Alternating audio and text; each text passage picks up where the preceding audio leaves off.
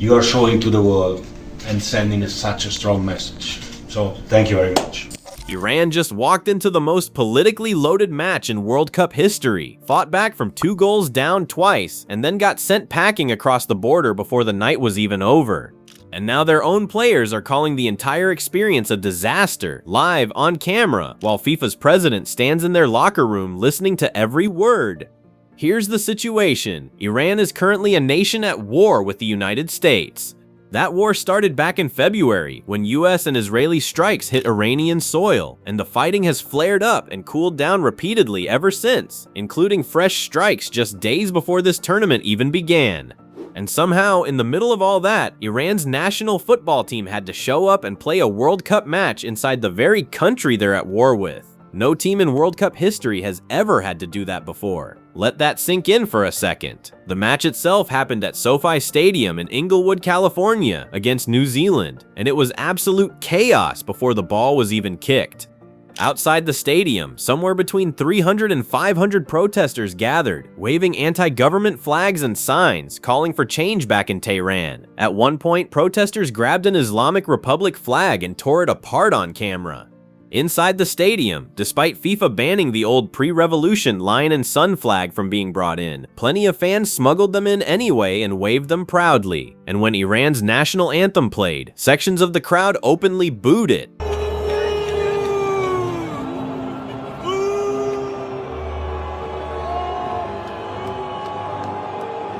Los Angeles, by the way, is home to the largest Iranian population outside of Iran itself, most of them descendants of people who fled after the 1979 revolution. So this wasn't just a football crowd, this was a deeply personally political crowd.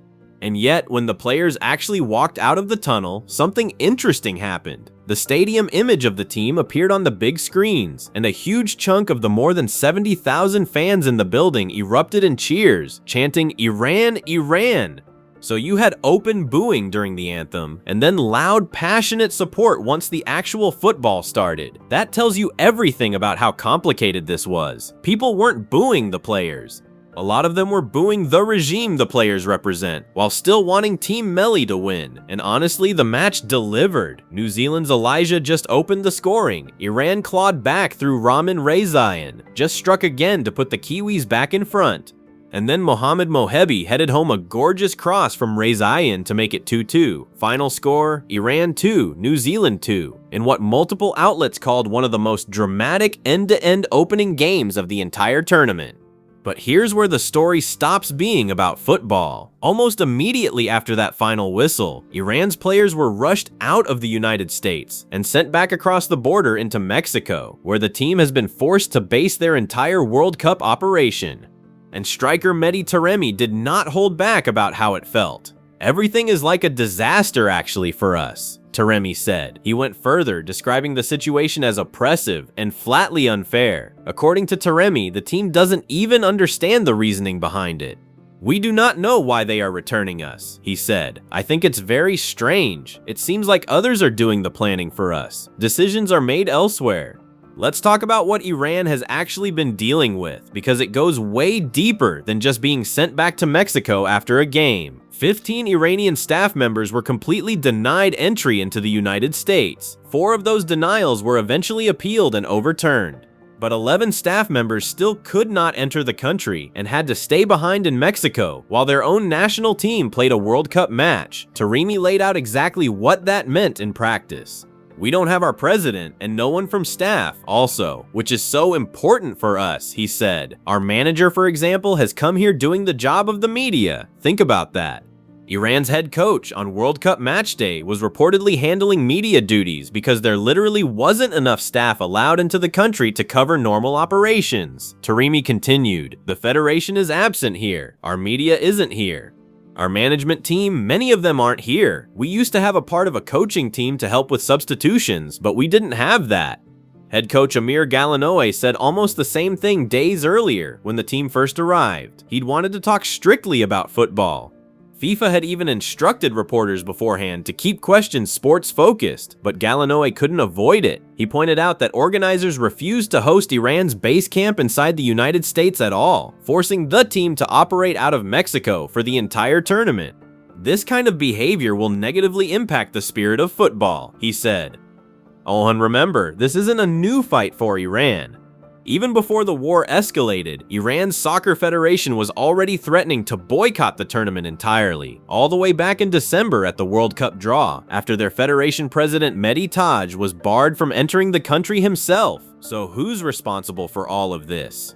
Taremi was asked directly who was forcing the team to leave the US so quickly after matches. He said he didn't know for certain, but strongly implied it wasn't FIFA pulling the strings. Everyone knows this, Taremi said. You know where we are.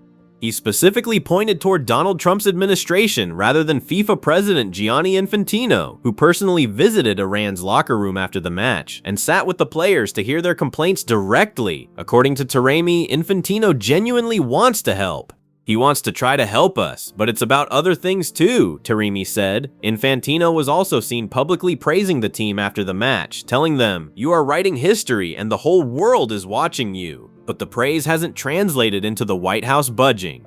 The administration's response to all of this criticism was blunt. Andrew Giuliani, who runs the White House's World Cup task force, pushed back hard on Iran's complaints in an interview with ABC News. "I think that the United States has been more than fair," Giuliani said. "We've gotten visas for all 31 of the players, gotten visas for every coach, so that way there can be competitive balance. So I would respond by saying that they're welcome for our hospitality." He confirmed visas were denied for officials surrounding the team, but framed the entire situation as the US going out of its way to accommodate a country it's currently at war with. And that framing matters because Trump himself had already set the tone for all of this months earlier. Back in March, Trump posted directly about Iran's participation, writing that the team was, quote, "welcome to the World Cup," but adding that he didn't think it was, quote, "appropriate that they be there for their own life and safety." That came just 2 days after he'd told Infantino the Iranian players would be welcome despite the war. So even the so-called welcome came wrapped in a public warning about their safety. Taremi's message, through all of this, kept circling back to the same plea: just let us play. "We just want more peace and everyone to be calm about FIFA," he said. "We are here to play football." He specifically called on FIFA to step in and do more. "FIFA has to help us more than this," Taremi said. It's also worth understanding why this team showing up at all is such a massive story. Iran becoming the first nation ever to compete in a World Cup hosted by a country it's actively at war with isn't a footnote, it's unprecedented. Add in the fact that their opening match happened to fall just outside Los Angeles, the single largest Iranian community anywhere in the world outside Iran itself, and you get a level of pressure no team has ever walked into before. So where does this leave Iran?